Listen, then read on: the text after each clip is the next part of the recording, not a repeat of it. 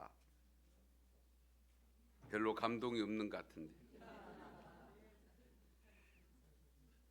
주님이 다시 오심을 다시 1년 줄었습니다. 예. 주님의 다시 오심이 1년 줄었습니다.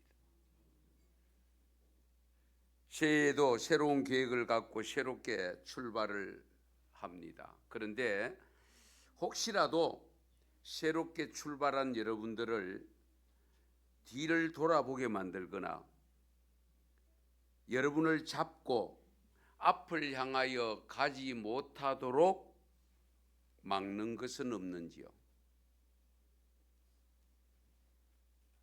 놓아야 될 것을 놓지 않으면 아무리 화려한 출발을 해도 앞을 향해 전진하기가 어렵습니다.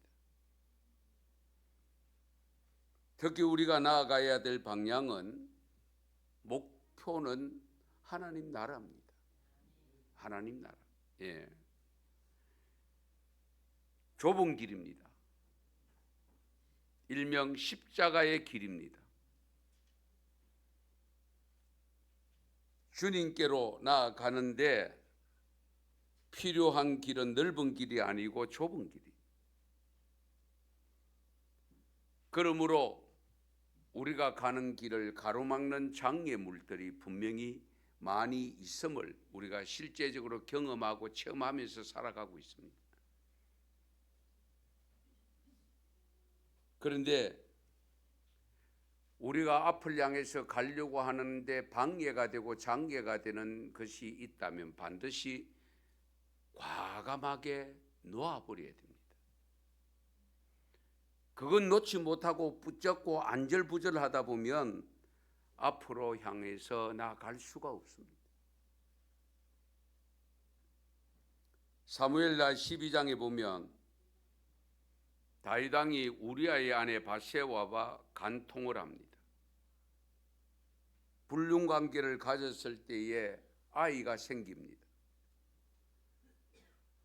우리아의 아내 바세바가 어쨌든 다윗의 아이를 낳게 되는데, 그때 하나님은 나단 선지자를 통해서 다윗의 잘못을 지적하면서 결국 그 아이를 죽게 될 것이라고 일러줍니다.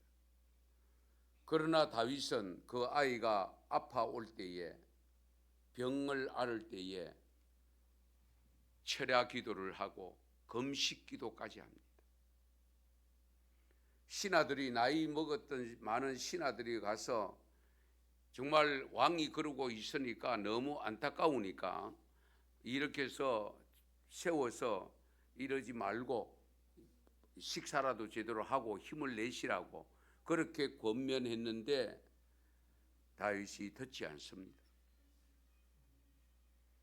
그런데 어느 날 신하들이 수군거리는 그 소리가 이 다윗에게 들려옵니다. 가만히 들어보니까 뭔가 이상한 것 같아서 다윗 왕이 묻습니다. 아이가 죽었느냐? 그러니까 이 신하들은 지금 죽지 않고 아픔을, 고통을 겪는 아이를 두고 왕이 저렇게 식음을 전폐하고 철야하며 기도하며 있는 저 모습에 죽었다고 했다가는 어떤 일이 일어날지, 그렇잖아요. 그러니까 이야기를 함부로 못하고 안절부절하면서 자기들끼리 수군거릴 때에 왕이 아이가 죽었느냐? 그러니까 이제는 이실직고하지 않을 수가 없지요. 예, 죽었습니다. 그 죽었다는 소식을 듣고 다윗 왕이 벌떡 자리에서 일어납니다. 그리고 성전을 향해서 갑니다. 그리고 그 안에서 어쨌든 몸을 씻고 난 다음에 성전에 들어가서 경배하고, 그리고는 왕궁으로 들어와서 명령하기를 밥상 차려오라고 합니다. 신하들이, 연세 많은 신하들이 이해가 안 되는 거예요. 아파 누워 있을 때는 그렇게 안절부절하고 금식까지 하고 기도까지 드리는 왕인데 죽었다는 소식이 들려지면 정말 왕도 죽지 않을까 그런 걱정까지 할 수밖에 없는, 그렇게 생각하고 있는데 의외로 정반대 현상이 일어나서 왕이 그 자리에 벌떡 일어나더니만은 바로 몸을 씻고 목욕을 하고, 그리고 성전에 들어가서 하나님 앞에 경배하고, 그리고 나와서 왕궁으로 가서 밥을 차리고 오라고 하니까 이해가 되겠습니까?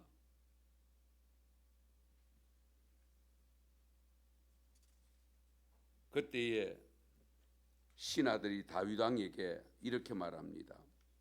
그 12장 21절에 보면, 아이가 살았을 때에는 그를 위하여 금식하고 우시더니 죽은 후에는 일어나서 잡수시니 이 일이 어찌 됨이니까? 충분한 질문이 되죠. 예. 아이가 아프다는 소식에, 그 소식에 그렇게도 절망감을 가지고 안절부절하게 하셨는데 죽었다는 소식을 듣고 어떻게 그럴 수가 있느냐? 그러니까 다윗 왕이 신하들에게 대답합니다. 22절 23절인데요. 한번 같이 읽어보실까요? 이르되 아이가 살았을 때에 내가 금식하고 운 것은 혹시 여호와께서 나를 불쌍히 여기사 아이를 살려주실는지 누가 알까 생각함이거니와, 지금은 죽었으니 내가 어찌 금식하랴? 내가 다시 돌아오게 할 수 있느냐? 나는 그에게로 가려니와 그는 내게로 돌아오지 아니하리라 하니라. 아멘. 다 맞는 말이죠. 아프고 있을 때는 그래도 아직도 생명을 건질 수 있는 여지가 있어서 내가 기도를 했는데, 지금은 돌아갔다, 죽었다. 그런데 내가 살릴 재간도 없고, 내가 그에게로 갔으면 갔지 그가 내게로 다시 돌아오지 못한다. 그러므로 거기에 묶여 있어서는 안 된다, 그 말입니다. 거기에 내가 묶여 있으면 안 된다. 이제는 국정을 돌봐야 된다. 굉장히 중요한 부분입니다. 흘러간 것에는 용서를 빌고 지금 이 순간을 다시 시작하지만은, 우리가 지나간 그것을 내가 아무리 붙잡고 있어도 돌이킬 수 없는 것을, 그걸 붙잡고 있으면 어떡하겠어요? 앞을 향해 나갈 수가 없습니다. 전진이 안 됩니다. 예. 어른들이 하는 말씀들이 있죠. 죽은 자식 뭐 만지지 말아야죠. 예. 그대로 전하게 죽은 자식 고추지 만지지 마라 그러잖아요. 그 말은 뭡니까? 죽은 아이 살릴 수 없다는 거예요.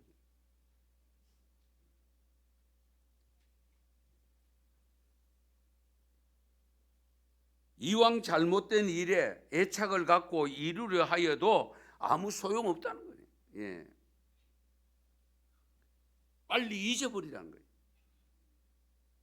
그런데 우리 사회 가정에 보면요, 되돌릴 수 없는 것을 부여안고 있는 경우가 의외로 많습니다. 예.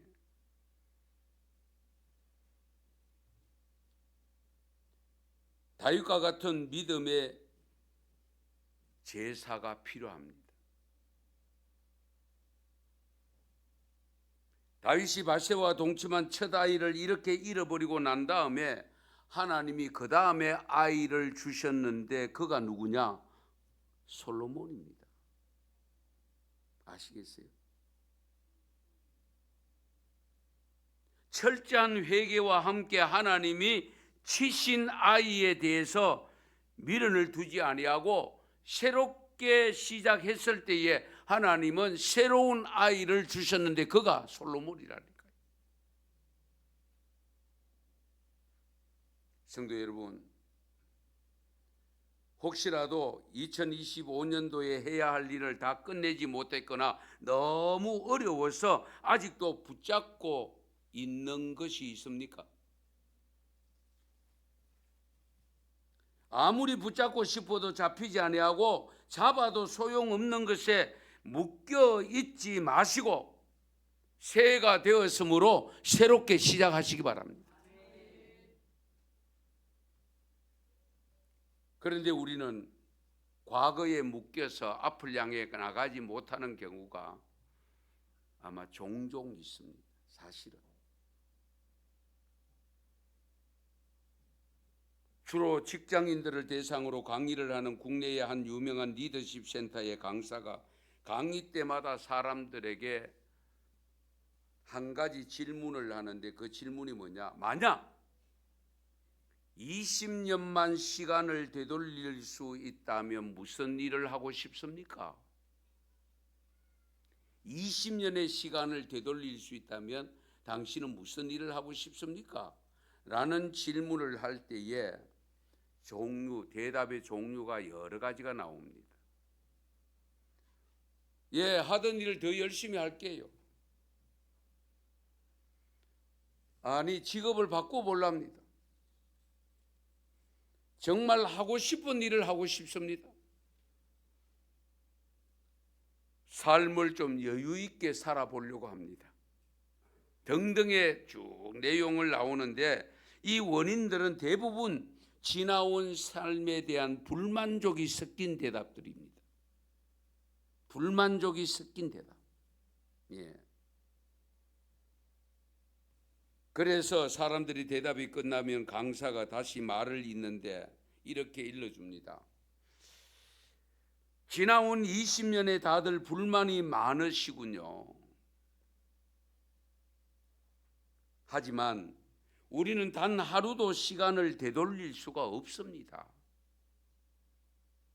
그러니 앞으로 20년 뒤에는 지금과는 다른 말로 살아온 인생을 표현할 수 있어야 되지 않겠습니까? 예. 지금 같은 대답, 그런 대답 말고 지금보다 다른 말로 표현할 수 있는 삶을 살아야 되지 않겠냐. 바꿀 수 있는 것은 과거가 아니라 미래입니다. 할렐루야. 바꿀 수 있는 것은 과거가 아니고 미래입니다. 예. 지난 과거가 살고 싶은 인생이 아니었다면 앞으로의 삶은 주님께 보여드리기 위해서 부끄럽지 않는 삶을 살아야 되지 않겠어요? 주님께 보여드리는 삶을 살아야 되는데 부끄럽지 않은 삶을 살아야죠. 이 점도 항상 염두에 두셔야 돼요. 지난 인생을 후회하지 마시고 다가올 한 해를 더욱 알차게 살 수 있는 새로운 비전을 품으시기 바랍니다. 영생의 삶, 경건의 삶에 도움이 되지 않는 것, 그 무엇과도 아쉬움이 아무리 많이 있지만은 그것으로 인해서 경건 생활에 도움이 되지 않는 일이라면 과감하게 놓아버려야 됩니다. 놓아버려야 돼요. 이 분명히 내 신앙생활하는데 도움이 되지 별로 않는다, 영적 생활에 별로 도움이 되지 않는다 하면서도 그걸 놓지 아니하고 붙잡고 있는 경우가 없습니까? 솔직하게 한번 생각해 보세요.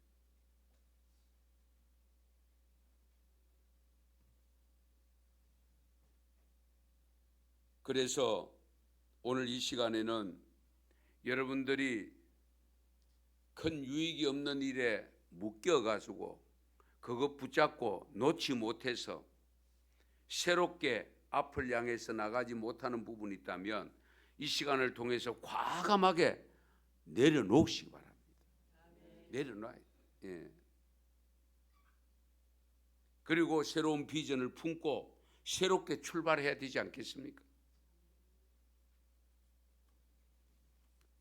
그럼에도 불구하고 놓지 말아야 될 것이 있습니다.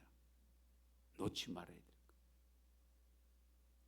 끝까지 견고히 잡고 가야 될 것이 있잖아요. 아시죠? 오늘 본문 6절에 보면 소망과 확신과 자랑을 끝까지 굳게 잡으라고 했습니다. 그리고 14절에 보면 우리가 시작할 때에 확신한 것을 끝까지 견고히 잡고 있으면 누구와 함께 한다고요? 그리스도와 함께 참여한 자가 된다. 그리스도와 함께 참여가 된다는 것이 무슨 의미입니까? 부활한다는 거잖아요. 그리스도가 부활했잖아요. 이미 예수님이 십자가에 못 박힐 때 우리의 죄가 못 박혔잖아요. 할렐루야. 그리스도와 참여한 자가 되었잖아요. 이제 앞으로 참여한 자가 되는 것은 부활에 참여하는 겁니다. 할렐루야. 이 점을 분명하게 하시죠. 돈을 벌 수 있는 기회 놓쳐도 다음 기회가 또 올 수 있습니다. 배움의 기회를 놓쳐도 때는 늦지만은 그래도 배울 수 있는 기회 얼마든지 있습니다.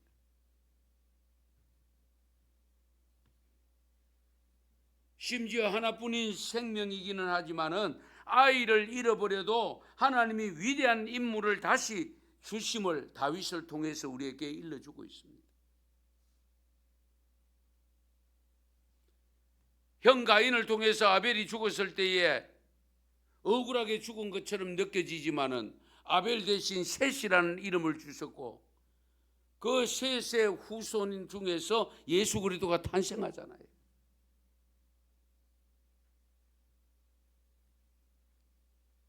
그러므로 세상의 것 중에서 이런 것에 대해서 너무 미련을 두어서 앞을 향하지 못하고 새로운 계획을 갖지 못하는 어리석은 삶은 살지 말아야 되겠죠. 예. 오히려 우리가 놓치지 말고 붙잡아야 될 것은 바로 우리가 그리스도를 통해서 주신 영생의 소망입니다. 영생의 소망. 이거 놓치면 안 되죠. 예. 왜 우리는 이것을 끝까지 견고히 잡아야 됩니까? 왜 놓치면 안 됩니까? 믿음의 줄을 놓아버리게 하려는 것들이 항상 작용하고 있기 때문입니다.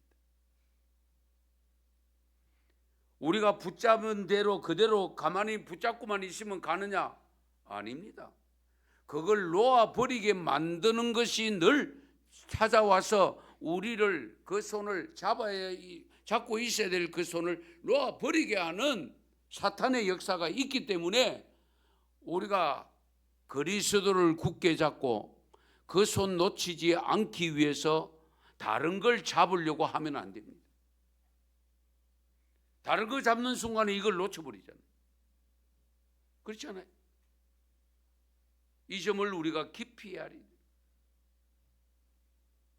그래서 오늘 본문 7절 8절에 보면 그러므로 성령이 이르신 바와 같이 오늘 너희가 그의 음성을 듣거든 광야에서 시험하던 날에 거역하던 것 같이 너희 마음을 완고하게 하지 말라. 너희 마음을 완고하게 하지 말라. 혹시라도 지난해에 하나님의 말씀에 불순종한 것이 있다면 과감하게 던져버려야 됩니다. 이스라엘 백성들이 광야에서 불순종해서 40년 동안 고난의 길을 걸어야 되는데 그 고난의 길을 걷는 사이에 수십만 명이 다 죽어 있습니다.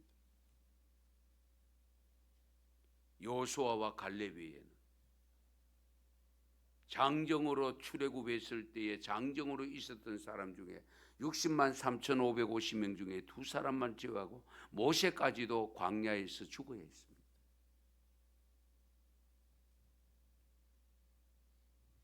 우리도 마찬가지입니다. 하나님의 말씀을 불순종해도 잘 살아가는 사람들이 많이 있습니다. 나도 그렇게 살아도 별로 어려움 없이 잘 살고 있는데 그래서 믿음 생활 대충 하지 이 정도로 하지 굳이 내가 안절부절하게 저렇게 아둥바둥하면서 할 필요 있겠나? 혹 그런 생각 가진 분 없습니까?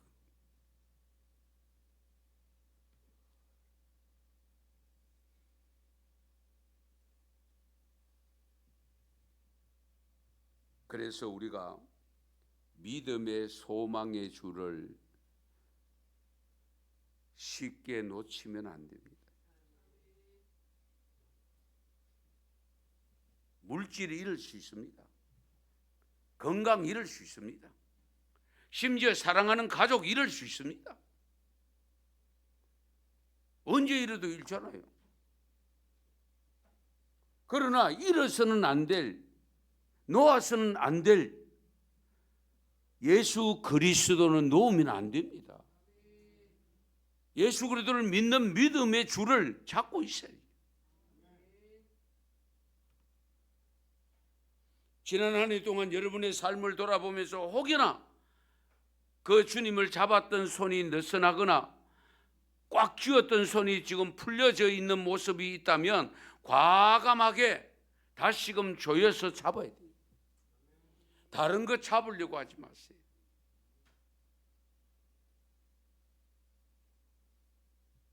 마음을 완고하게 하여 성령을 통해서 들려주는 하나님의 음성을 외면하면 안 됩니다.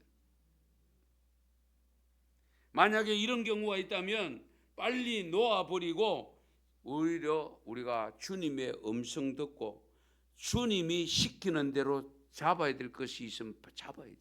예. 예배를 잡아야 됩니다. 기도를 잡아야 됩니다. 전도 잡아야 됩니다. 잘 생각하시오. 예. 이것저것 생각하다가 다 놓쳐버리는. 그러면 안 되잖아요. 우리가 가장 경계해야 될 것이 뭐냐? 불신앙입니다. 불신앙은 불순종을 낳고요. 결국 불순종은 결국 하나님을 배척하게 됩니다. 그래서 오늘 12절 말씀에 보면 형제들아 너희는 삼가 홍 너희 중에 누가 믿지 아니하는 악한 마음을 품고 살아계신 하나님께서 떨어질까 조심할 것이요. 이런 말씀을 여러분 우리가 귀담아 들어야 됩니다. 악한 마음을 품고 살아계신 하나님에게서 떨어질까 조심해라. 예. 우리 성도들은 이스라엘 백성들이 광야에서 고의적으로 하나님을 배반함으로 인해서 약속의 땅에 들어가지 못한 것을 기억하면서 살아계신 하나님을 어쨌든 꼭 잡으셔야 돼요. 예, 놓치면 안 돼요.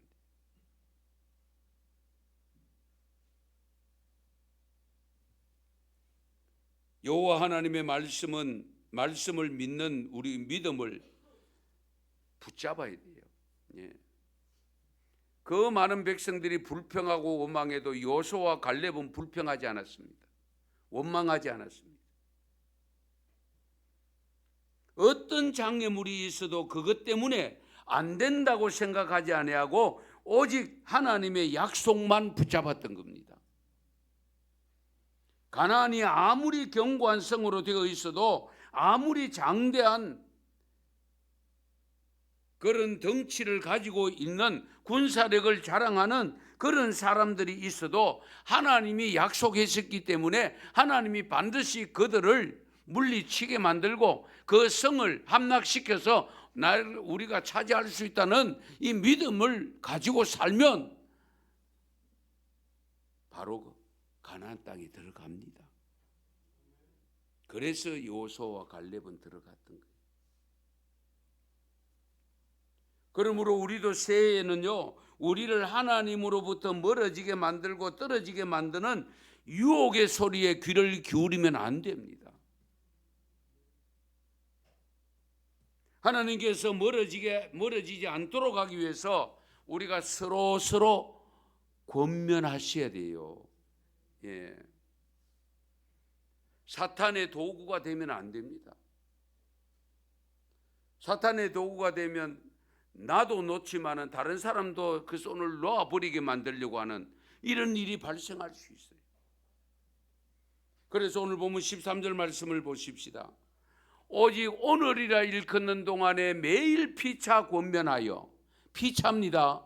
서로 권면하고, 너희 중에 누구든지 죄의 유혹으로 완고하게 되지 않도록 하라. 할렐루야.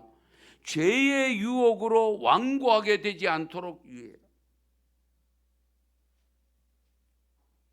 오늘이라 일컫는 동안, 이것이 좀 애매하지요.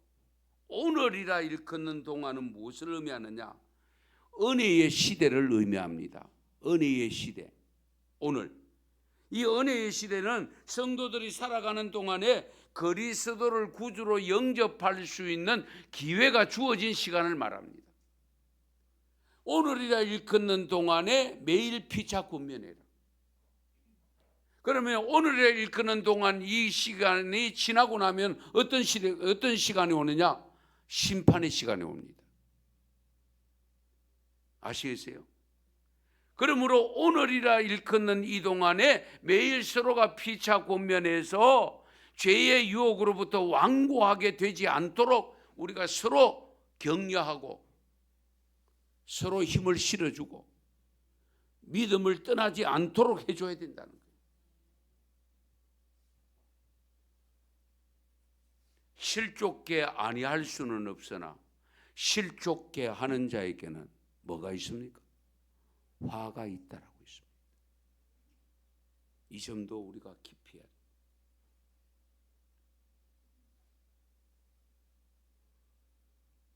우리가 서로 권면하는 것.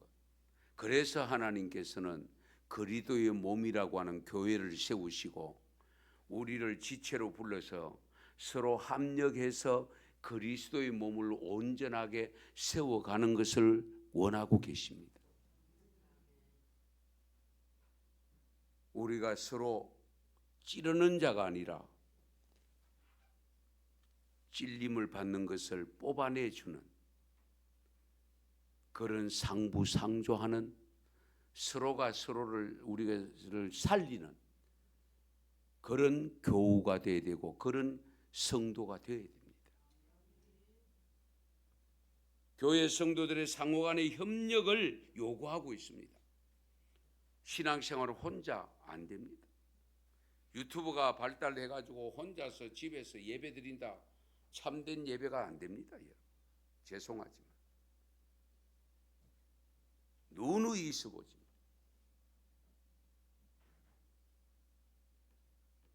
서로 지체가 되어 붙어 있으면서 서로가 도움을 주고 받아야 됩니다. 예.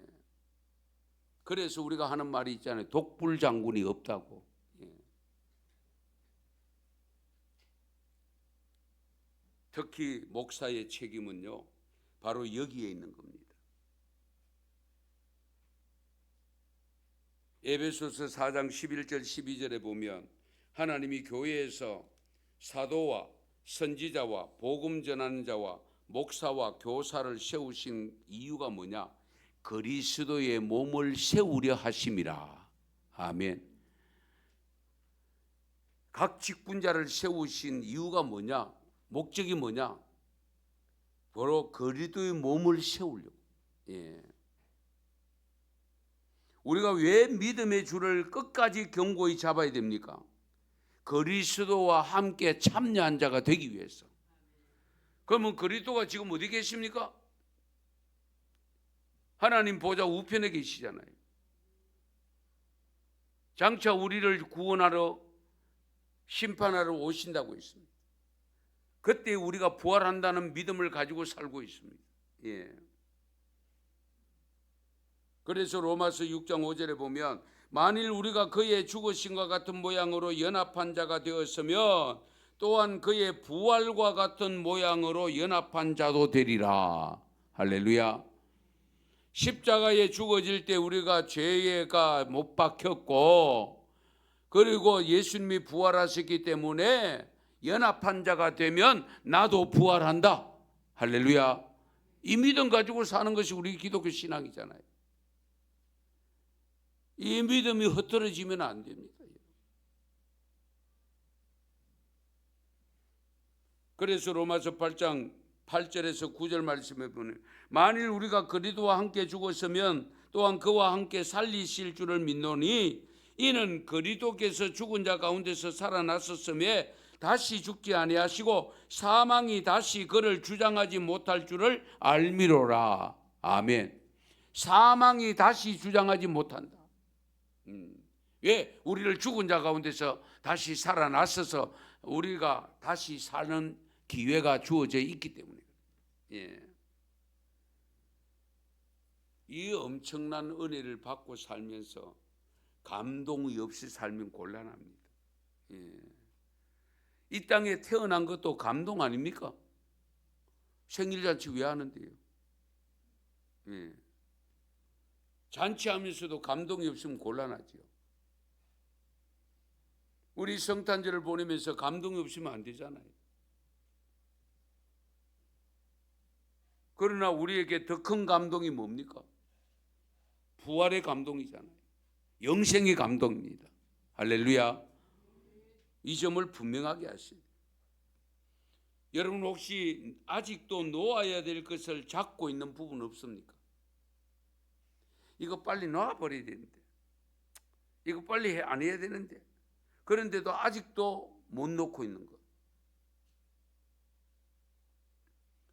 잡고 있는 그것 때문에 주님께 더 가까이 다가가지 못하고 멀찍이 따라가고 있는 것은 없습니까? 멀찍이 따라가는 것 삼가 조심해야 됩니다. 시간 관계상 말씀 다 드리지는 않겠습니다. 가장 멀찍이 따라가다가 순간적으로 넘어진 자가 베드로잖아요. 빌립보서 3장 7절에서 9절 말씀 우리 같이 읽습니다. 그러나 무엇이든지 내게 유익하던 것을 내가 그리스도를 위하여 다 해로 여길 뿐더러 또한 모든 것을 해로 여김은 내 주 그리스도 예수를 아는 지식이 가장 고상하기 때문이라. 내가 그를 위하여 모든 것을 잃어버리고 배설물로 여김은 그리스도를 얻고 그 안에서 발견되려 함이니 내가 가진 의는 율법에서 난 것이 아니요 오직 그리스도를 믿음으로 말미암은 것이니 곧 믿음으로 하나님께로부터 난 의라. 아멘. 바울도 철저하게 예수님을 만난 이후로부터는 그동안 유익하다고 생각하고 세속적으로 생각했던 모든 걸 다 배설물로 여겼다고. 다 버렸다. 다 넣었어.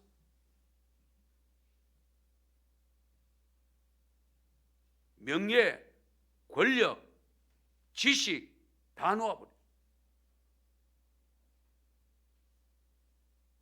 오직 믿음으로 주님만 붙잡고 있다.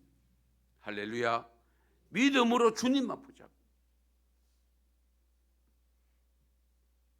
바울도 철저하게 예수님을 제대로 잡기 위해서 그동안 남들이 좋아하던 것, 잡으려고 했던 것, 이미 잡고 있는 것까지도 다 놓아버리고 오직 예수님만 잡았다는 거예요.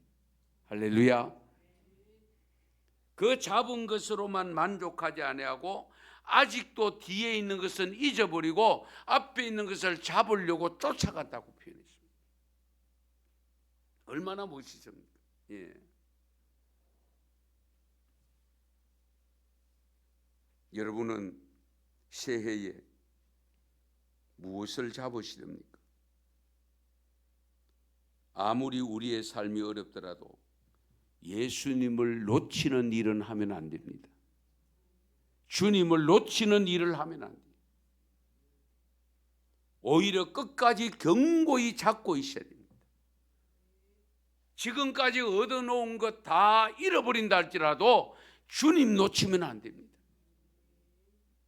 이 새해에 보다 확고한 믿음 가지고 정말 과감하게 신앙에 방해되는 것들은 다 놓아버리고 주님 붙잡고 믿음의 줄을 든든히 꼭꼭 쥐고 주님 앞에 서는 날까지 살아가는데 필요한 2026년이 될 수 있기를 축원합니다. 축복합니다. 기도드리겠습니다.